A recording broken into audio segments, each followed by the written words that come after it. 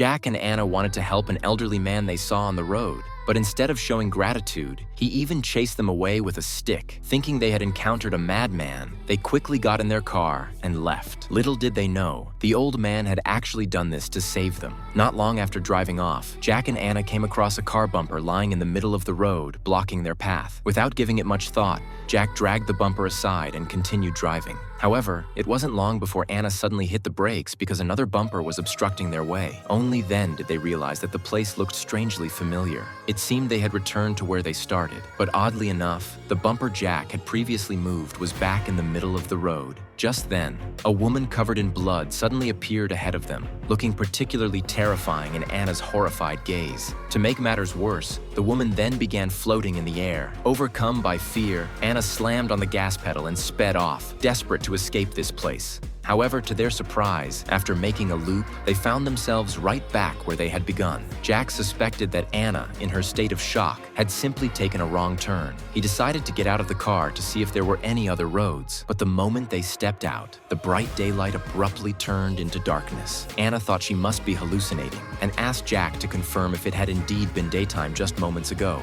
but Jack insisted that it had been night all along. He then turned on his flashlight to investigate what lay ahead. On the side of the road, they discovered an abandoned, wrecked vehicle. Upon closer inspection, they found that the old car bore an eerie resemblance to their own. Just then, a noise suddenly came from up ahead. Following the sound, Jack saw a blood-soaked corpse hanging from a tree. As he picked up the flashlight from the ground to leave, a madman suddenly attacked them from behind. When Jack and Anna regained consciousness, they found themselves tied up by the lunatic, who was sitting by a bonfire gnawing on a severed arm. At that moment, they realized they were about to become his next meal. The man quickly reached out towards Anna, but just then, the elderly man from earlier suddenly appeared and knocked the attacker unconscious. The old man untied Jack and Anna and led them into the forest. The two were very grateful to him, but the elder seemed to have forgotten many things, not even knowing who he was or where they were. Soon, they found themselves back at the wrecked car, which the old man claimed was theirs. But they had only been gone for a short while, so how could the vehicle have become so decrepit? According to the old man, there was no escaping this forest, whether by car or on foot. At that moment, he suddenly pointed to a road sign he had never seen before. Perhaps it was the appearance of Jack and Anna that had caused this change. However, the elderly man then abruptly turned crazed and lunged at them with his stick. Terrified, the two ran into the woods, but an even more shocking scene awaited them there.